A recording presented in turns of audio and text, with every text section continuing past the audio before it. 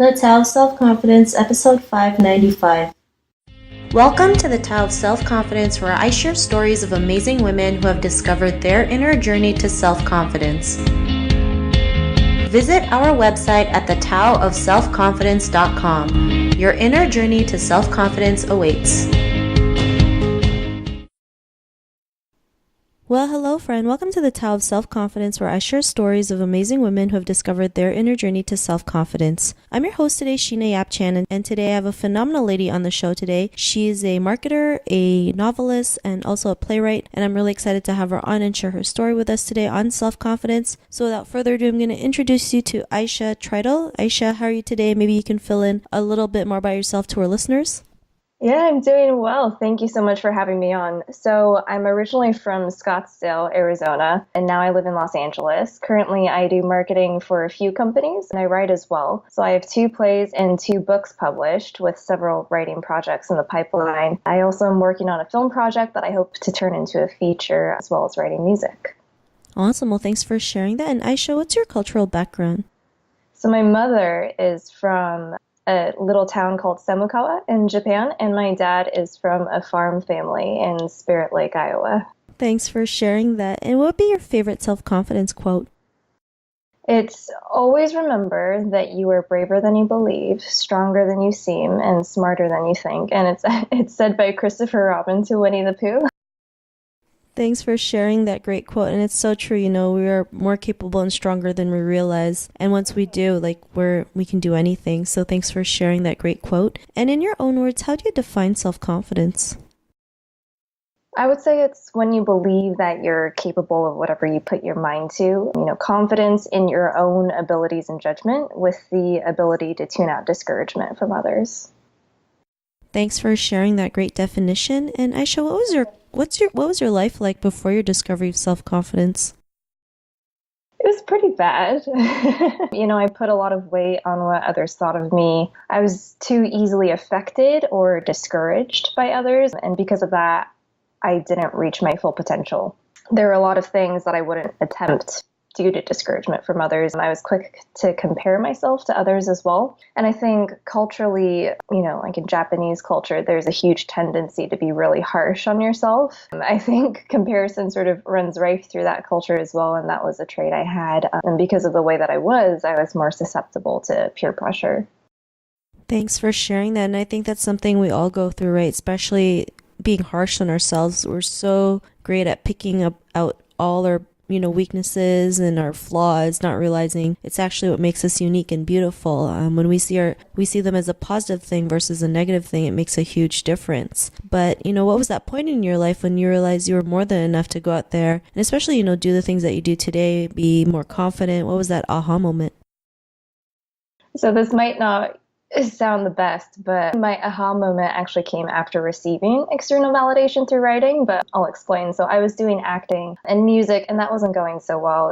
Acting opportunities died down within a year after I started, and I almost signed with a Japanese record label, Avex, twice, but in the end, I was rejected twice, and it hurt more the second time because it was that much closer to signing a contract. So in addition to being in a place where I was really bogged down with rejection in multiple areas, I was in a relationship with someone who, in general, was discouraging. I'd always liked writing, and I began working on creative writing again as something of a therapeutic exercise. But the person who I was in a relationship with at the time, in addition to being discouraging in general, discouraged my writing, encouraged me to focus on other things instead of doing acting and another impractical occupation like writing, and just focus on acting in a more practical occupation like, business development and healthcare. And I do work in healthcare, I do marketing, but it was terrible in a way. I kept working on my writing out of spite to that person. And I'd like to clarify that I don't recommend accomplishing things out of spite. But I also think if you have, negative energy like that and you need an outlet for it, then it's best to roll that into being productive.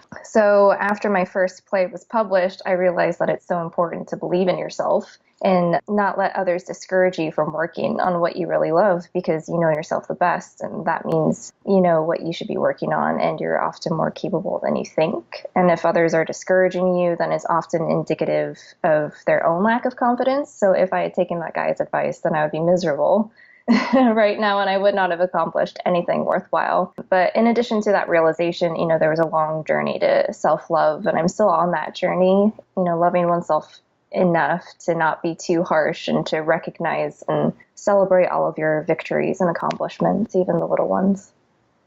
Thanks for sharing that. It's amazing how, sometimes one person can make us decide what we want to do or affect our decisions. I mean, I've mentioned this before when I used to work at a job, I wanted to actually change jobs because I thought, maybe I'll do something different, go after a job that made more money. And I had a coworker that told me, why would you do that? You get paid more than enough as a woman. At that time, I believed him, and it's crazy, right? How much one person can influence us, not realizing like that wasn't the truth. It was actually just someone's opinion and someone's perspective. And like you mentioned, it's from their own lack of self-confidence they project it out into others. But it's a lesson learned, and we've all gone through some type of life experience that we can share and help people realize like you are more than enough, and no matter what people say, it's always up to you to go after what you want. And like what you did, because of that, what's your life been like now?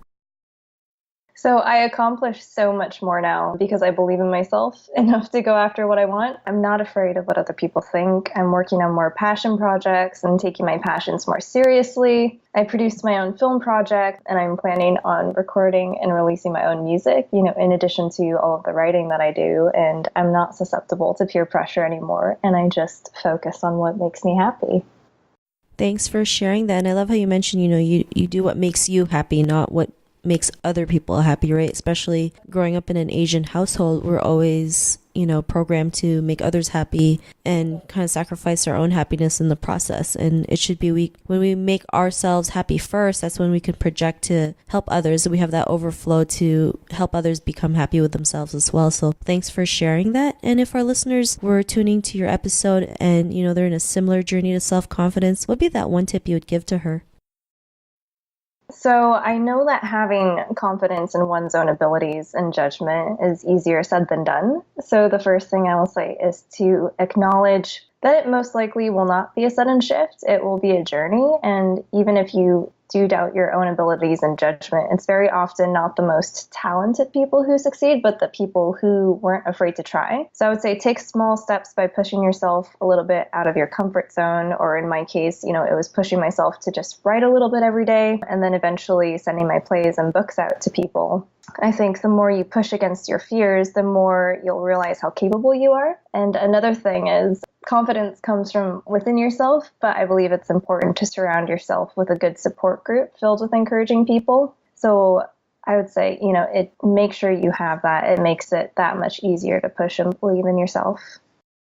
Thanks for sharing those great tips. And I love how you mentioned, building self-confidence in little steps, right? Most people think you have to take a big leap to boost that confidence, but it's these little steps that actually give you that big result, right? Because you're doing it every single day, little by little, and little by little adds up. So I really love that you mentioned that. And if our listeners wanted to get to know a little bit more about you and what you do, or check out some of your work, is there any links or social media profiles we can connect with? Sure. So I'm most active on Instagram, and that's Aisha Rebecca, AISHAREBEKAH. I'm on Facebook as Aisha Rebecca as well. You can follow my Facebook page. I'm on Twitter as Aisha Tritle, so that's Aisha, Tritle. You can also find and follow me on Goodreads, and you can follow my writing on there. Thanks for sharing that. And to our listeners, if you want to connect with Aisha, you can also head on over to thetaoofselfconfidence.com and search for Aisha's name. Her show notes will pop up along with everything else that we talked about. And I really want to thank Aisha today for taking the time to share her story and tips with us on self-confidence. So thank you so much, Aisha. Yeah, thank you. Thank you very much. Not a problem. It was really great having you on the show. And to our listeners, be on the lookout for another new episode of another amazing woman's journey to self-confidence. And we'll talk to you soon. Bye for now. Thank you for tuning in to another amazing episode of the Tao of Self-Confidence. Want to learn how you can use podcasting to market your business?